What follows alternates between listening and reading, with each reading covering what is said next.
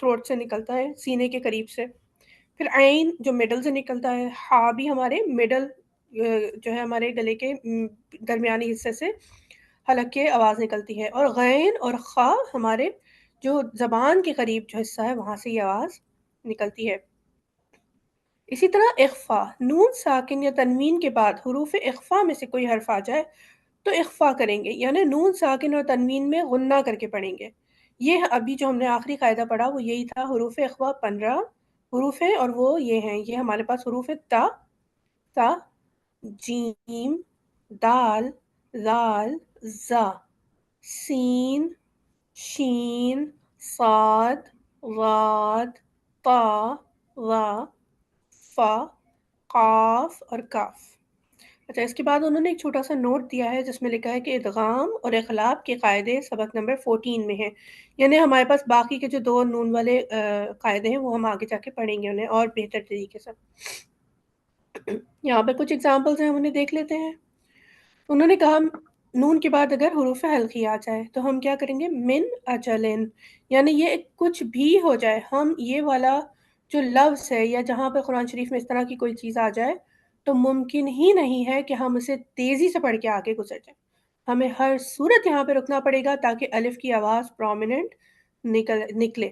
نون بھی نکالنا ہے اور الف بھی نکالنا ہے. اگر ہم اسے تیزی سے پڑھ کے گزر جائیں گے تو کوئی طریقہ نہیں ہے کہ ہم نون کو پڑھتے ہوئے الف کو ادا کریں. من اجلن، من ہادن، ٹھیک ہے نا. ہا کی آواز ہمیں بالکل کلیئر نکالنی ہے، ہا کو اس کا حق دینا ہے. من ہادن، من علقن، excuse me، من حکیم، من حکیم، من غفور، من غفور، من خوف، من خوف. اور یہاں پر آپ دیکھ رہے ہیں کہ ہم خوف نہیں پڑھ رہے بلکہ ہم اسے لین کا قاعدہ لگا رہے ہیں، خوفن پڑھ رہے ہیں. ٹھیک ہے، تو یہ وہ قاعدے ہیں کہ جب ہم نے دیکھا کہ یہ 6 حروف حلقی اگر آ جاتے ہیں تو کوئی طریقہ نہیں ہے کہ ہم یہ جملہ تیزی سے پڑھ کے آگے گزر جائیں. نون کو ویسے بھی ہم کہیں پہ بھی تیزی سے نہیں پڑھ سکتے کیونکہ آگے جو ہمارے پاس قاعدے ہیں وہ بھی جب ہم نون پڑھیں گے تو جو غنہ کی آواز ہے وہ نون کو اتنی دیر غنہ دینا ہی ہے جیسے 4 مد کی آواز ہوتی ہے. جیسے ہم کوئی 4 مد والا قاعدہ پڑھتے ہیں نا، جیسے ہم مد لگاؤ کسی لفظ کے اوپر تو ہم اسے 4 الف کے برابر یا 4 ٹائمز کھینچتے ہیں. تو یہ جو غنہ ہے وہ ایسا غنہ ہے کہ ہم جب اسے ڈیپ پڑھ کے آگے پڑھیں گے تو ہمیں 4 مد کا وزن اس پہ دینا پڑے گا. اس کے بغیر ہم یہ جملہ یا الفاظ یہ ہم نہیں ادا کر سکتے. فمن تبع، ٹھیک ہے نا، ہم نے نون پر زور دیا لیکن ہمارا منہ ایسا بنا ہوا ہے کہ دیکھنے والے کو یا سننے والے کو فوراً اندازہ ہو جائے گا کہ آگے والا حرف تا ہے. فمن تبع، من، دیکھیں آپ زبان ہماری باہر نکلی ہے، سا کا ہمارا منہ بن چکا ہے لیکن نون کی آواز ہم غنہ کر کے نکال رہے ہیں. من ثمرتن، ٹھیک ہے، را بھی یہاں پر موٹا ہے. من ثمرتن، من جوعن، ٹھیک ہے. ہو ہی نہیں سکتا کہ ہم یہاں پر من جوعن کر کے آگے بڑھ جائیں. یہاں پر ہمیں اس کو غنہ دے کر جیم کی، منہ ہمارا جیم کا بنا ہوگا لیکن آواز ہماری نون کی نکلے گی. من جوعن، من جوعن، ٹھیک ہے. یہ والا حمزہ بھی ہم مس نہیں کر سکتے.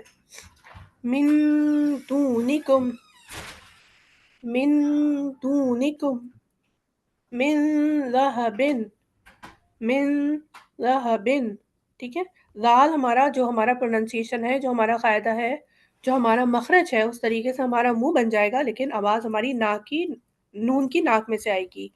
فَإِن زَلَلْتُمْ، فَإِن زَلَلْتُمْ، من سفیہ، من سفیہ، من شکر، من شکر، من صلصال، من صلصال، ٹھیک ہے. یہاں پر ہمارے پاس الف ہے جس کے اوپر جزم نہیں ہے تو ہم اسے بھی 2 مد کا بنائیں گے، 2 ٹائمز کر دیں گے اس کو. ان ظللت، ان ظللت، من طین، یہ تو ہم بہت زیادہ دیکھتے ہیں، ٹھیک ہے. من طین، من ظلم، من ظلم، من فروج، فا کی آواز کیا ہے ہمارے اوپر کے دانت جو ہے وہ ہمارے نیچے والے ہونٹوں کو دباتے ہیں، فا نکلتا ہے. Excuse me. من فروج، را بھی ہمارا یہاں پر موٹا ہے. من قبل، من قبل، من کتاب.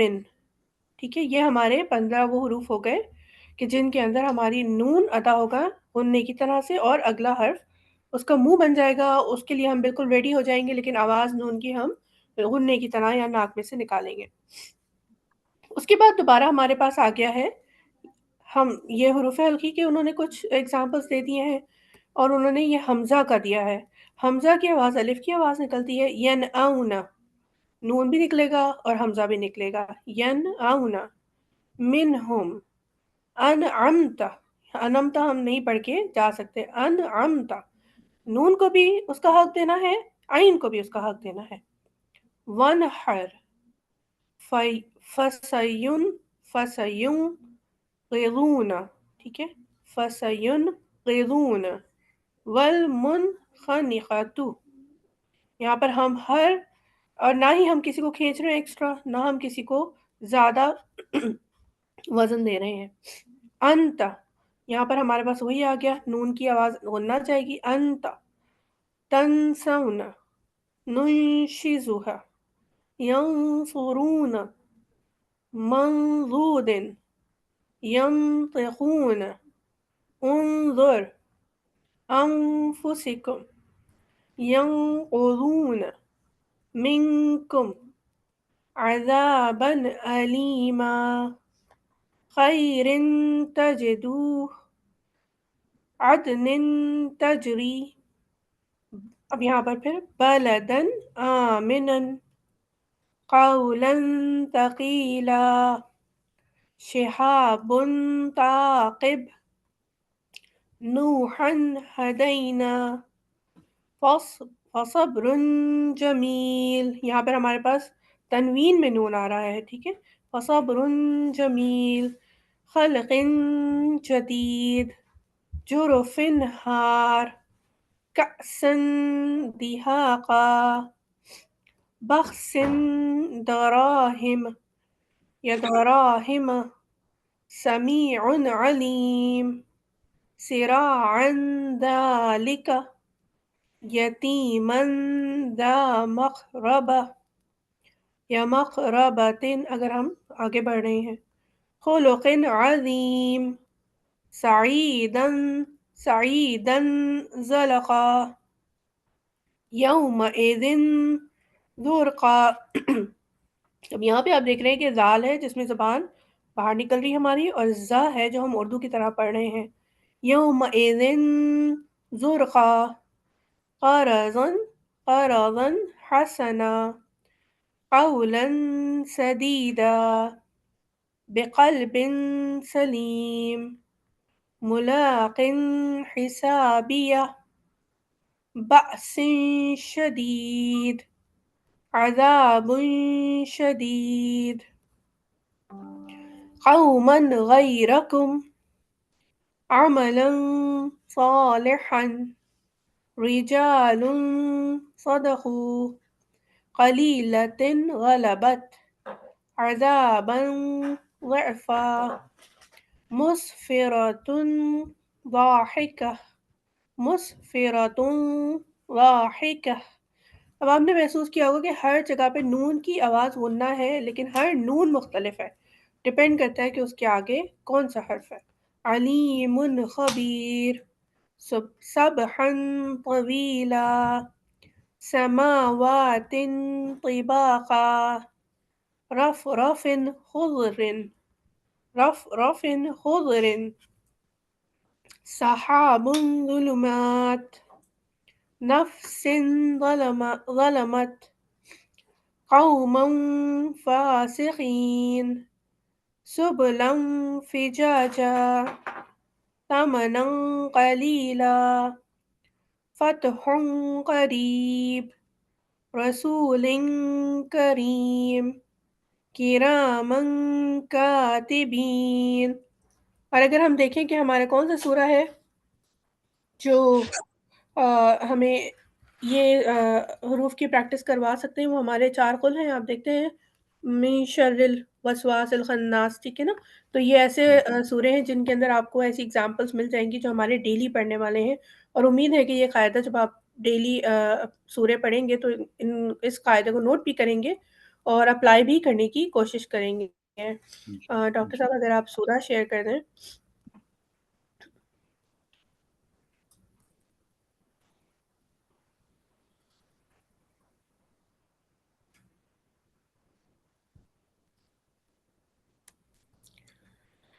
آج ہم سورہ پڑھ رہے ہیں جو ہم نے لاسٹ ٹائم بھی پڑھا تھا، ہم ایک دفعہ پھر اس کی پریکٹس کرتے ہیں. سورہ ہمارا والتین ہے، اور سورہ التین کہہ لیں، اور ہمارا مولانا صاحب بھی اسی کی تفسیر بیان کر رہے ہیں، آپ اس کی تلاوت بھی آگے سنیں گے. بسم اللہ الرحمن الرحیم. اور یہاں پر ہماری کامن مسٹیک کیا ہے؟ تا کے اوپر تشدید ہے. ہم بہت تیزی سے وتین کر کے گزر جاتے ہیں، حالانکہ یہاں پر الف بھی نہیں پڑھیں گے، لام بھی نہیں پڑھیں گے، سیدھا ہم تا کے اوپر تشدید پہ واو کو ملا دیں گے. وتین وتینی. اچھا یہاں پر تا کے نیچے زیر ہے، پھر یا کے اوپر جزم ہے، لیکن نون کے نیچے صرف زیر ہے. تو تی اور نی کے میں تھوڑا سا ڈفرینس ہے، وہ ڈبل ہے، تی اور نی چھوٹا پڑیں گے. وتینی وزیتون. یہاں پر ہم زا کے اوپر بھی ہماری تشدید ہے، ہم وزیتون نہیں پڑھ سکتے. وتینی وزیتون. اور یہاں پر ہمارا وہی لین کا قاعدہ لگے گا، زیتون نہیں ہے زیتون. وطور سینین. یہاں پر ہم نے دیکھا کہ یا دونوں ہمارے مس نہ ہو جائیں. وطور سینین وہذا البلد الامین. لقد. یہاں پر ہم نے دیکھا کہ ہم نے قلقلہ دیا ہے. لقد خلقنا الانسان. یہاں یہ والا قاعدہ جو ابھی ہم نے پڑھا، ان نون کا ہم غنہ دیں گے اور سین کو ادا کریں گے. انسان فی احسن تقویم. ثم رددناہ اسفل سافلین.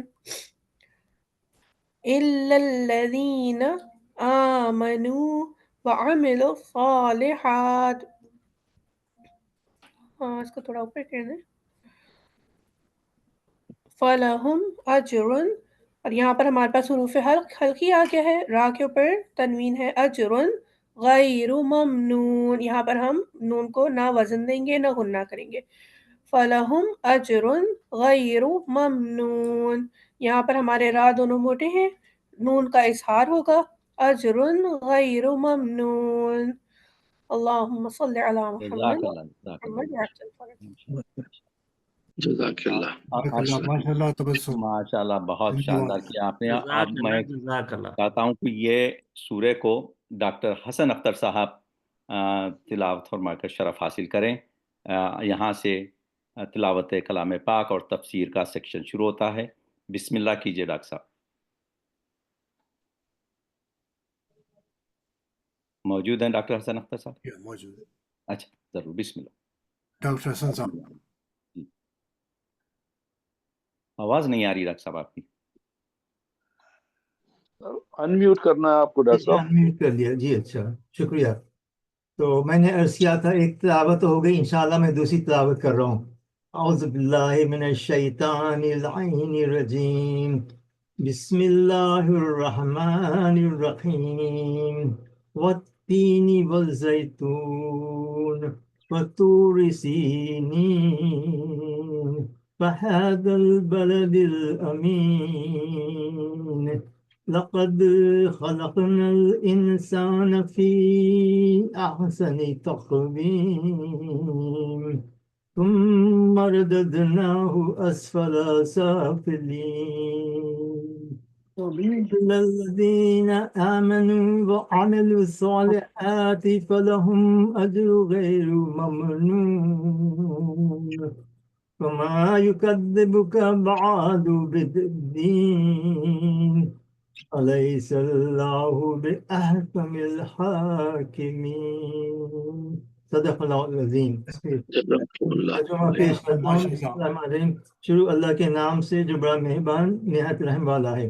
انجیر کی قسم اور زیتون کی اور طور سینین کی اور اس امن والے شہر کی کہ ہم نے انسان کو بہت اچھی صورت میں پیدا کیا پھر رفتہ رفتہ اس کی حالت کو بدل کر پست سے پست کر دیا، مگر جو لوگ ایمان لائے اور نیک عمل کرتے رہے ان کے لیے بے انتہا اجر ہے۔ تو اے آدم، پھر تو جزا کے دن کو کیوں جھٹلاتا؟ صالح کیا خدا سب سے بڑا حاکم نہیں ہے؟ صدق اللہ علیہ وسلم۔ صلوات۔ جزاک اللہ ڈاکٹر صاحب، ماشاء اللہ ماشاء اللہ۔ محمد وآل محمد، ماشاء اللہ، سبحان اللہ۔ محترم حجت الاسلام جزاک اللہ ڈاکٹر ریحان حیدر صاحب سے گزارش کرتا ہوں کہ وہ اس کی تفسیر بیان فرمائیں۔ آپ نے شروع کے کچھ آیات گزشتہ کلاس میں بیان فرمائے تھے۔ بسم اللہ، آپ جہاں سے چاہیں شروع فرمائیے۔ بسم اللہ الرحمن الرحیم۔ میں پہلے تو معذرت چاہتا ہوں کہ میری طبیعت ذرا ناساز ہے اور اس پہ آواز کی گرفتگی زیادہ ہے۔ ہم سب سے پہلے اما یوجیب پڑھ لیں گے آپ کے لیے سرکار، اگر آپ 5 وقت اما یوجیب پڑھ کے آپ کے لیے دعا کرتے ہیں، اور آپ انشاءاللہ ہم اس کو آگے بھی بڑھا سکتے ہیں۔ آپ گلے پہ زیادہ زور مت فرمائیے۔ بسم اللہ۔ میں 2-3 منٹ تبرکاً آپ کی خدمت میں پیش کر دیتا ہوں جی، تاکہ تبرک کے طور پر ہو جائے۔ اللہ تمام مریضوں کو شفا دے انشاءاللہ۔ اصل میں جامعہ ازائے فاطمیہ ہے تو مشغولیت بہت زیادہ ہے، اور مجالس کا سلسلہ بھی کافی ہے، دوپہر میں بھی رات میں بھی، اللہ سلامت رکھے۔ تو اس لحاظ سے ذرا آواز کی گرفتگی ہے، اور پھر سردی کا موسم ہے تو جگہ جگہ جانا بھی پڑتا ہے دہلی سے باہر۔ خیر، میں آپ کی خدمت میں عرض کروں کہ ہم نے یہاں 3 اور زیتون سے 4 یا 5 قول پڑھے تھے کہ 3 سے مراد یہاں انجیر کے بھی ہے، اور زیتون کو تو سبھی جانتے ہیں، اور بعض کا نظریہ یہ تھا کہ یہ دونوں پھل جو ہیں وہ بہت صحت مند ہیں اور فائدہ مند ہیں۔ اور یہاں ایک قول یہ بھی بتایا گیا تھا کہ یہ 3 سے مراد جو ہے وہ جناب آدم علیہ السلام کا زمانہ ہے، اور پھر ایک مراد یہ لی گئی تھی کہ 3 سے مراد یہاں مدینہ ہے، اور زیتون سے مراد بیت المقدس ہے، اور طور سنینا سے مراد جو ہے وہ کوفہ ہے، اور حاضر البلد الامین سے مراد مکہ ہے۔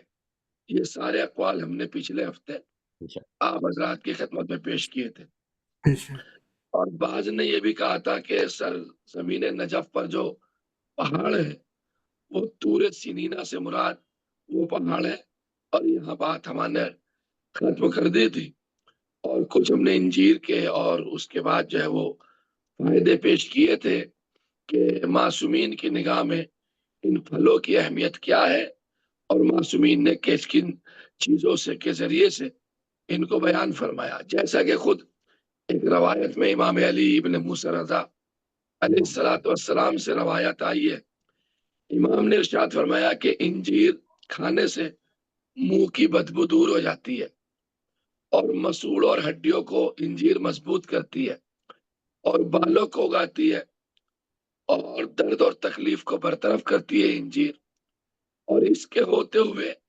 کسی دوا کی ضرورت نہیں ہے۔ یہ امام کی حدیث تھی۔ اس کے بعد آپ نے ارشاد فرمایا کہ انجیر جنت کے پھلوں میں سب سے زیادہ مناسبت رکھتا ہے، اور یہاں تک بھی آیا کہ کسی کے گھر میں اگر زیتون کا کے تیل کا اور انجیر کا سرکہ ہوگا تو وہ انسان کبھی بھی فقر کی طرف یعنی غربت کی طرف نہیں جائے گا، اس لیے کہ یہ انبیاء کی غذائیں ہیں۔ اب یہ تو پھلوں سے متعلق بحث تھی، لیکن آج بحث کریں گے یہاں سے کہ لقد خلقنا الانسان فی احسن تقویم۔ اس آیے کریمہ میں اللہ تبارک و تعالی نے انسان کی ایک پوری حقیقت کو بیان فرمایا کہ انسان کو اللہ نے کیسے خلق کیا ہے، اور یہ جو لفظ آیا نا فی احسن تقویم، تقویم عربی زبان میں اسی کیلنڈر کو کہا جاتا ہے جو کیلنڈر آپ کے سامنے ہوتا۔ کیلنڈر جو ہوتا ہے وہ مکمل ہوتا ہے۔ جنوری میں 31 ہی دن ہوتے، کوئی بھی انسان 30 دن کا نہیں لکھتا۔ فروری کے 28 یا 29 دن ہوتے اپنے حساب سے، کوئی 30 دن کا یا 27 کا نہیں لکھتا۔ یعنی جب چیز مکمل ہوتی ہے اسے تقویم کہا جاتا ہے۔ وہ چیز تقویم ہوتی ہے. تو اللہ نے کہا کہ لقد خلقنا الانسان فی احسن تقویم، یعنی تقویم کا معنی کسی چیز کو مناسب صورت میں، معتدل نظام میں اور شائستہ کیفیت میں لانا ہے. یعنی اس سے بڑھ کر کے ہو ہی نہیں سکتا تھا اگر کوئی چاہتا. اللہ نے انسان کو بہترین خلقت سے نوازا ہے. جہاں آنکھیں رکھنی تھی وہاں آنکھیں رکھی ہیں، جہاں ناک رکھنی تھی وہاں ناک رکھی ہے، جہاں دانت رکھنے تھے وہاں دانت رکھے ہیں، جہاں کان رکھنے تھے وہاں کان رکھے ہیں. یعنی بہترین انسان کو اللہ نے ہر لحاظ سے موضوع اور شائستہ پیدا کیا ہے. جسم کے لحاظ سے بھی، روحانی اعتبار سے بھی، عقل کے لحاظ سے بھی، کیونکہ اس کے وجود میں ہر قسم کی استعداد رکھی گئی ہے. سبحان اللہ سبحان اللہ سبحان اللہ. اور لیکن یہی انسان ان تمام امتیازات و اعزازات کے ہوتے ہوئے اگر حق کے راستے سے منحرف ہو جائے تو اس طرح سقوط کرتا ہے کہ اسفل السافلین ہو جاتا ہے. اور اگر یہی انسان تمام شرائط کے ساتھ زندگی گزارتا ہے تو معراج کی منزلوں کو طے کر لیتا ہے. اللہ سبحان اللہ. دونوں چیزیں ہیں. اسی لیے آپ نے دیکھا ہوگا جب یہ پہاڑوں کی بات آئی، یہاں وہ طور سنین پہاڑوں کا جو تذکرہ کیا، جہاں جہاں پہاڑ ہے تو پہاڑ کے جسٹ سائڈ میں یا بغل میں یا کنارے پہ آپ نے دیکھا ہوگا بڑے بڑے گڑھے ہوتے ہیں. وہ اس بات کا اعلان کرتے ہیں کہ اگر آپ پہاڑ کی بلندیوں پہ جا کے افتخار کرنا چاہتے ہو تو ایک لفظ میں نیچے بھی آ سکتے ہو. ایک لفظ میں نیچے بھی آ سکتے ہو. یہ انسان کی طرف توجہ دلائی گئی ہے. فتبارک اللہ احسن الخالقین، بہترین خلق کرنے والا ذات پروردگار ہے. لیکن اس بات کا دھیان رہے اگر تم نے ایک لغزش بھی کری، ایک غلطی بھی کری، تو جس طرح پہاڑ کے نیچے گڑے ہیں، یہ سارے امتیازات جو ہم نے تمہیں دیے ہیں، یہ سارے کمالات جو ہم نے تمہیں دیے ہیں، ہم تمہیں اسفل السافلین میں پہنچا دیں گے، سب سے نیچے والے گڑے میں پہنچا دیں گے. یہ ایک مجالس کے اعتبار سے بھی بہترین شے ہے. اللہ نے اس کا تذکرہ بھی کیا. اور پھر اس کے بعد ایک چیز اور کہہ دی، اب تم بلند پہاڑوں کے ساتھ ساتھ بہت ہی گہری گھاٹیاں جو ہوتی ہیں، یعنی انسان اس تکامل اور ارتقاء اور اس بلندی پر جب پہنچ جاتا ہے تو اس غرور میں نہ رہے کہ میں بہت بلند ہو گیا ہوں. بالکل سائڈ میں ہم نے گہرائیوں کو بھی رکھا ہے تاکہ تم گہرائیوں کو بھی دیکھتا چلا جا اور غرور سے دور ہو جا.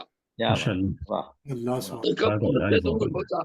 قرآن اپنے دامن میں ہزارہ معنی لے کے بیان کرتا ہے. بہت سے سارے اس کی طرف ہوتے ہیں. بہت سی چیزیں ایسی ہوتی ہیں جنہیں قرآن بیان کرتا ہے. یہاں تکامل بشری کا جہاں تذکرہ ہے وہاں اسفل السافلین کا بھی ذکر کیا ہے قرآن نے. جہاں انسان کی ارتقاء کا تذکرہ ہے وہاں انسان کے نزول کا بھی تذکرہ کیا ہے.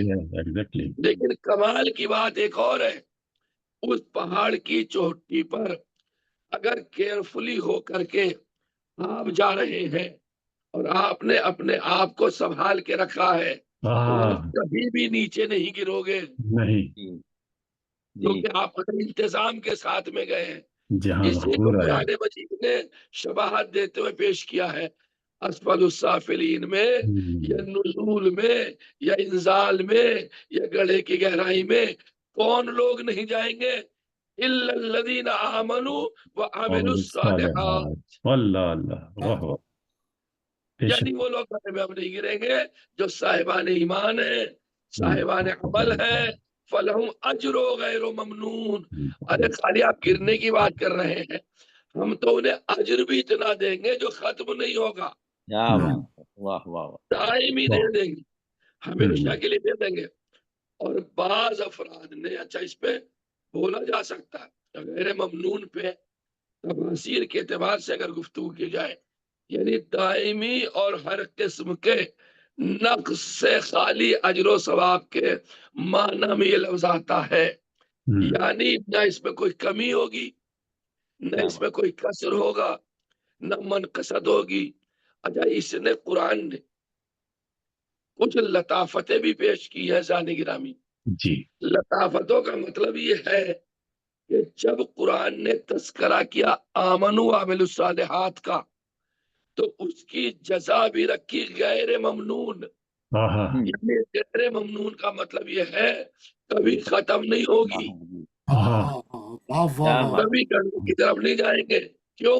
اس لیے کہ آپ عمل الصالحات کے مالک ہیں، واہ واہ، ہمیشہ ہمیشہ کے اور پھر قرآن نے یہ بات بھی کہہ دی اگر آپ نے ذرا سا بھی اجتماع کیا اور آپ اس احسن تقویم سے ہٹ کر کے عمل صالحات سے ہٹ کر کے ادھر ادھر چلے گئے، ثم رددناہ اسفل سافلین کے جملے کی بڑھاپے کے درد کے ذوف و ناتوانی اور حد سے زیادہ ہوش کی کمی کے معنی میں اگر تفسیر لے لی جائے تو اس کا مطلب یہ ہو گیا ہم تمہیں اس طرف بھی تو لے جا سکتے ہیں کہ دیکھیں اگر تم اپنی جوانی پہ فخر کر رہے ہو ہم آج جوان ہیں، ہم جیسا کوئی بہادر نہیں ہے، تو اسفلا سافلین سے مراد یہاں بڑھاپے کی طرف بھی اشارہ ہے کہ ہم تمہیں بوڑھا بھی تو بنائیں گے، وہ جوانی تمہاری ختم ہو جائے گی۔ یعنی ایک ہی آئے کریمہ میں بہت سارے معنی دیے گئے، عمل صالح کرو گے غیر ممنون ہو جاؤ گے، اتنا ایسی نعمت ہے جو کبھی ختم نہیں ہوں گی۔ غرور اور تکبر کرو گے تو گڑھے میں ڈال دیں گے، اگر جوانی پہ تکبر کرو گے غرور کرو گے تو تمہیں بڑھاپے کی طرف بھی آنا ہے، چھوڑا نہیں ہے اللہ نے، بہت سارے اشارات اور بہت سارے چیزوں کی طرف بیان کیا گیا۔ اچھا، اللہ نے آخر میں بس میں نے ختم کیا وما یکذبک بعد بالدین، اور اتنی ساری چیزیں بیان کرنے کے بعد پھلوں کا تذکرہ، شہر کا تذکرہ، پہاڑ کا تذکرہ، اسفل السافلین کا تذکرہ، نعمتوں کا تذکرہ، عمل صالح کا تذکرہ، ایمان کا تذکرہ، اتنے سارے ذکر کرنے کے بعد ایک بات اور چلتے چلتے اس سورے میں اللہ نے فرما دی فما یکذبک بعد بالدین، یہ جو قیامت کا دن ہے آنے والا ہے اسے کبھی بھی جھوٹا مت سمجھ لینا۔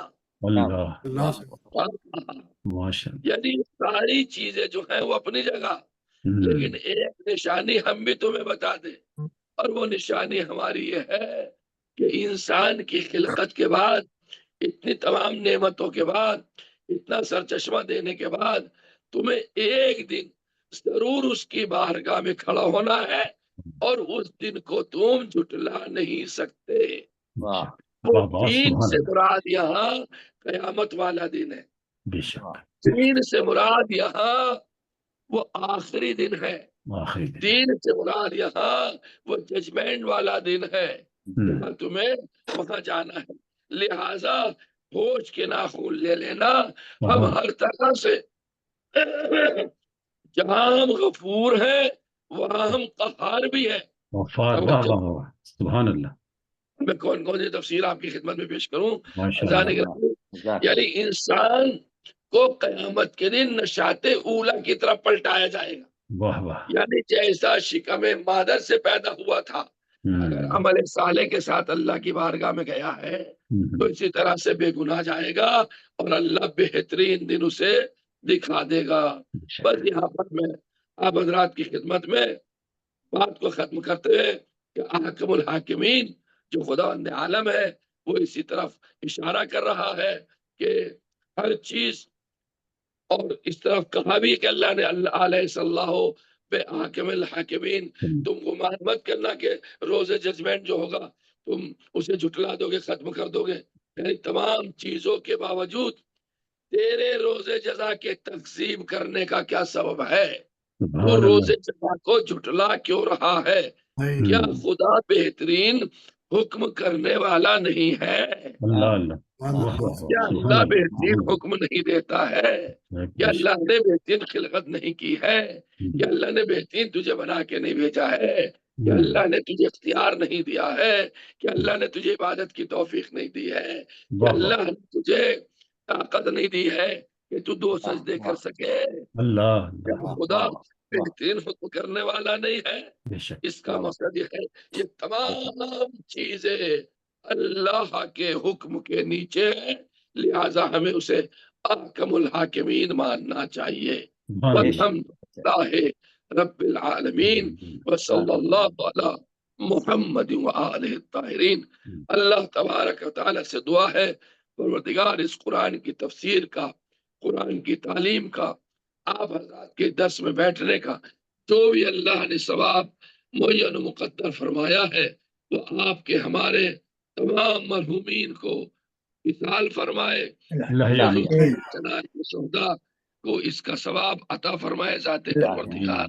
اور اللہ سے یہ بھی دعا ہے پروردگار پارا چرار کے مومنین کی حفاظت فرما، اور آج کل کے حالات خراب ہیں، شام کے اندر حضرت زینب سلام اللہ علیہا اور حضرت ذکیہ سلام اللہ علیہا کے روزے کی حفاظت فرما، اور ان دشمنوں کو نیست و نابود فرما، ہمارے توفیقات میں اضافہ فرما، ہمارے مطلوب کی مغفرت فرما۔ ہمارے جو بزرگ ہیں درس میں بیٹھے ہوئے ہیں پروردگار ان کو صحت و سلامتی عطا فرما، مریضوں کو شفا عطا فرما، آقا کے ظہور تاجیل فرما بے رحمتک یا ارحم الراحمین۔ اللہ آپ کو طول عمر عطا فرمائے، صحت و سلامتی کے ساتھ سرکار۔ ہم بہت مشکور ہیں۔ میں سوالات کے لیے پوچھ سکتا ہوں کیا؟ آپ اتنے بار ہو گیا ہے آپ پر؟ نہیں، بسم اللہ۔ اگر کسی کو کوئی سوال ہے کلاس کے تعلق سے یا کوئی فقہی مسئلے کے تعلق سے تو سرکار موجود ہیں، تشفی بخش جواب مل جائے گا انشاءاللہ۔ بسم اللہ کریں۔ جی تو ایک سوال ہے مولانا، معاف کیجیے گا آپ کی طبیعت بسم اللہ۔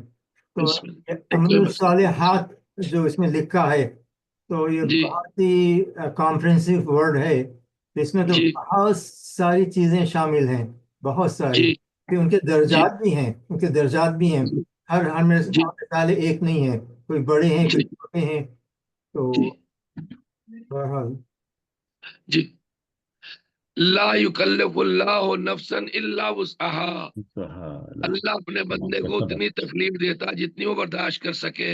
تو کائنات میں جتنے عمل صالح ہیں جو ہماری حیثیت کے حساب سے ہے، جو ہماری قدرت میں ہے، جو ہمارے توانائی میں ہے، ہم ان سے انجام دیتے رہے۔